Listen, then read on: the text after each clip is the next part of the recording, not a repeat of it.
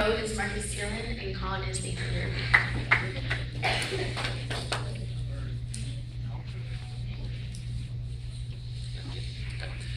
For those of you who haven't heard, our government is currently shut down because of this very debate.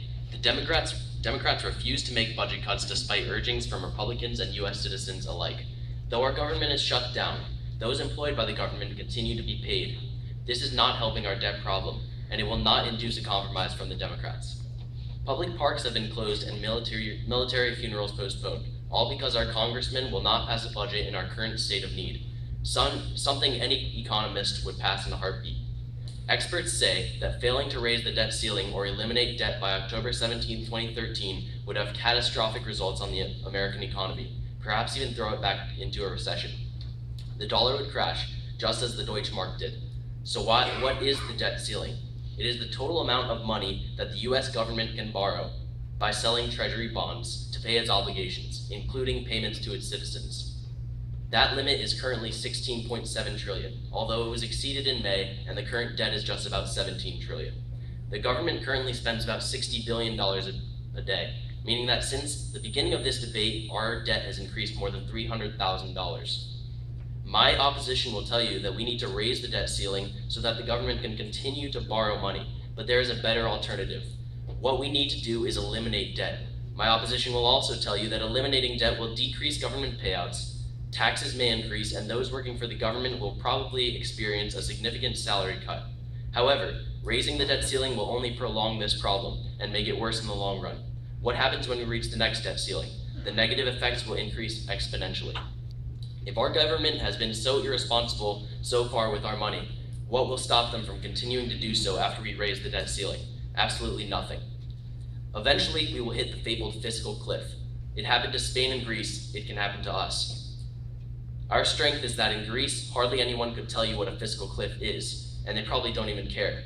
The Spaniards, however, do care, but their government refuses to listen to their pleas. The fact of the matter is that in order to fix the fiscal crisis in Spain and Greece, the countries would have to leverage themselves and risk a complete collapse of their government. If we raise our debt ceiling, rather than making a sacrifice now while we still can, we will reach 25% unemployment just as quickly as they did. Experts from Spain and Greece say it will take anywhere from 5 to 10 years to get their employment rates back below 10%. Assuming every bailout they propose in 2013 and 2014 is successful and paid back quickly by the beneficiaries of those bailouts. Clearly, the situation is not ideal, but it is exactly what will befall us if we do not take action and eliminate debt now rather than postpone our imminent doom. Our current US tax revenue is $2.7 trillion. Our federal budget is about $4 trillion. Our new debt is $3.5 trillion. Our national debt is $17 trillion, and our recent budget cuts add up to $40 billion. If you remove 8 zeros from every number I listed and pretend this is a household rather than a government, you can see just how ridiculous this is. Our household's annual family income is $27,000. The money we spend so far this year, $40,000. Our new credit card debt is $35,000, and our outstanding balance on our credit card is $170,000. And lastly, our total budget cuts this year add up to $40. Instead of increasing our budget cuts, my opponent wants to increase our debt ceiling, and our little family wants to increase their credit card limit. It doesn't take an economist to figure out this is not a good idea. Allow me to make myself clear. Let's say you come home from work and find there has been a sewer backup in your neighborhood, and your home has raw sewage all the way up to the ceilings. What would you do in this situation? Raise the ceilings or get rid of the sewage? Thank you.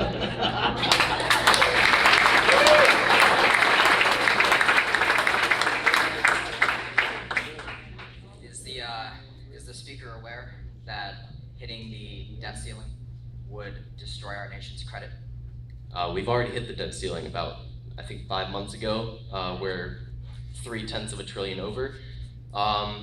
But yes, I am aware of that. That's exactly why I'd rather pass budget cuts than raise the debt ceiling, which will only lead to us later hitting that debt ceiling as well. You said we hit the debt ceiling. I'm aware of that. We're currently taking what they call extraordinary measures. Yeah, exactly. Hey, I'm the president. No, it's okay. I can crossfire. Yeah, we overrule you. Okay, I'm gonna begin my tirade. In the last couple of years, the opposition has been threatening not to raise the debt ceiling. If they were to succeed, the consequences would be dire. Now, just a little bit of history here. Since 1960, the debt ceiling has been raised 78 times.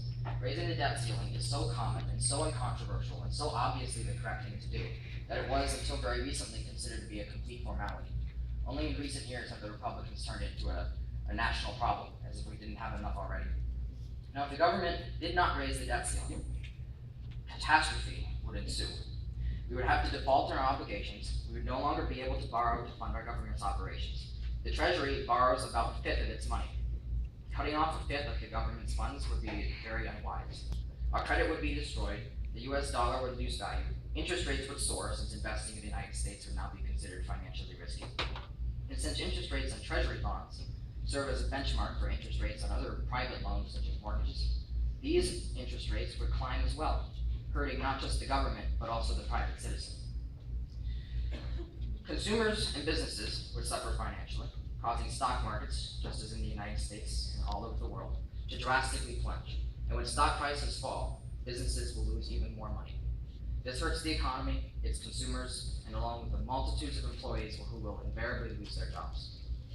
Individuals and households, due to higher interest rates and higher prices due to the decline in the dollar, will be less willing to spend and invest, which will result in even more economic stagnation.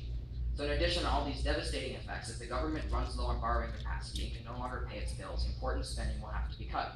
And I know this sounds like a good thing, but budgetary cuts to defense, Medicare, and Social Security would be disastrous for everyone, disastrous for the entire country, and it's not what we want. So why does the opposition continue to advocate this blatantly catastrophic policy that nearly every economist, including the Congressional Budget Department and the Treasury Department, I meant to say the Congressional Budget Office, forgive me, actively speak against? They don't believe that defaulting would be all that bad. In their view, that would be the only way to stop Washington's spending rampage. And therefore, I'm all for cutting down on wasteful spending, but it's forcing the government to suddenly slam on the fiscal brakes, throwing our credit and our economy through the windshield. Is that really the right thing to do? Refusing to raise the ceiling is different from simply cutting spending. When the government stops selling treasury bonds because no one will buy them, because the investment is not safe, because the government has defaulted, then we will have a very serious problem. Now, as one economist aptly put it, failure by the world's largest borrower, which is us, to pay its debts, unprecedented in modern history, will devastate stock markets from Brazil to Zurich, halt a $5 trillion lending mechanism for investors who rely on treasuries, blow up borrowing costs for billions of people and companies, ravage the dollar, and throw the United States and likely the world into a recession that would probably sink into a severe depression. Additionally, forcing the government to cut back on its spendings would likely result in numerous tax increases to compensate for lack of investment funding, which would burden the consumer and weaken the already fragile recovery. So raising the debt ceiling is simply a necessity. It's not an option. We have to do it. That's my applause.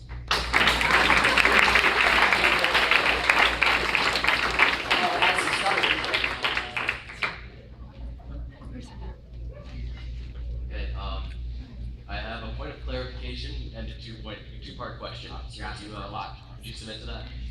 I guess so. Okay, my point of clarification is that we've already hit the debt ceiling.